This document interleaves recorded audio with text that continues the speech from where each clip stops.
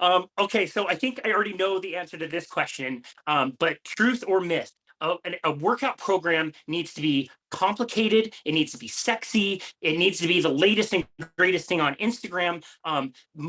Different program design components. What do you guys think? Truth or myth? Myth. Totally a myth. It's like, it's funny, in all of our training programs, and again, Mike has designed so many of them based on his schooling, and then purchase of the International Association of Resistance Trainers education body, which all of our clinicians are certified, educated by. It's basics. The basics are really what people need.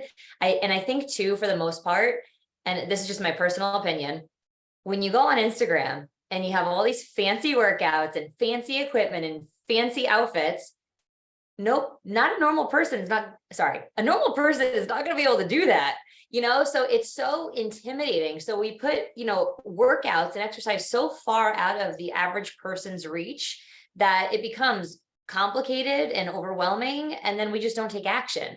Whereas even though it's not sexy and it's not exciting, if we just got on and showed people a simple leg press, anyone could walk into a gym and simply adjust the weight and be able to perform a leg press. And it would be probably more beneficial than some of the bands on your legs jumping up and down steps. And probably you're not going to hurt yourself, Yeah. So I'm going to say, from my perspective, and basics are always the way to go. We get frustrated by some of the ridiculous social media stuff. Listen, it gets plays, but I'm like, who else is doing it? People are simply watching it. It's entertainment. Yeah. Well, and I'm going to just take another perspective on this, and this is not necessarily playing devil's advocate, but people get bored quite easily, Sure. right? People do get bored easily.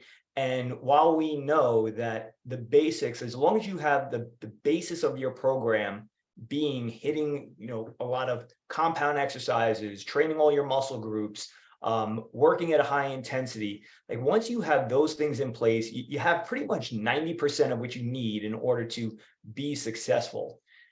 And so it doesn't take a fancy workout, but I can appreciate good programming that keeps somebody engaged and able to do this long term, because the end goal for all of us should be, we start a resistance training program and we never stop.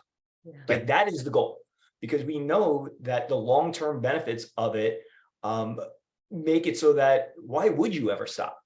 I mean, if you can continue to get and then maintain these benefits by doing such a minimal amount of exercise per week, why would you ever stop doing that? But to answer that question, the only reason why people do stop doing it is because it's overcomplicated sometimes, because it takes up too much time, or they're bored.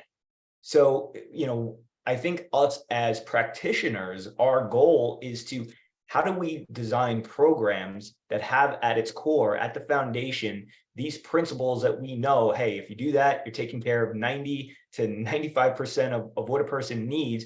And then how could you program that in a way that maybe keeps them more engaged longer? And so I say that, although I'm in agreement, I think we're all in agreement that these fancy workouts that are thrown all over the internet are they're absolutely ludicrous, and they're more for entertainment. They're exertainment. They're not really, that's really what it is. I mean, think about it. You go and you're scrolling on Instagram and you're seeing this person do this thing. And why do you watch?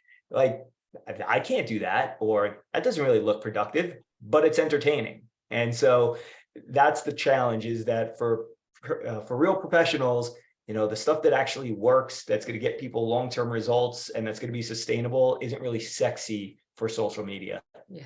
Damn it, that's not good for my reels. If I sit down and do a 10-second really heavy row, I guess nobody's going to watch that. That sucks.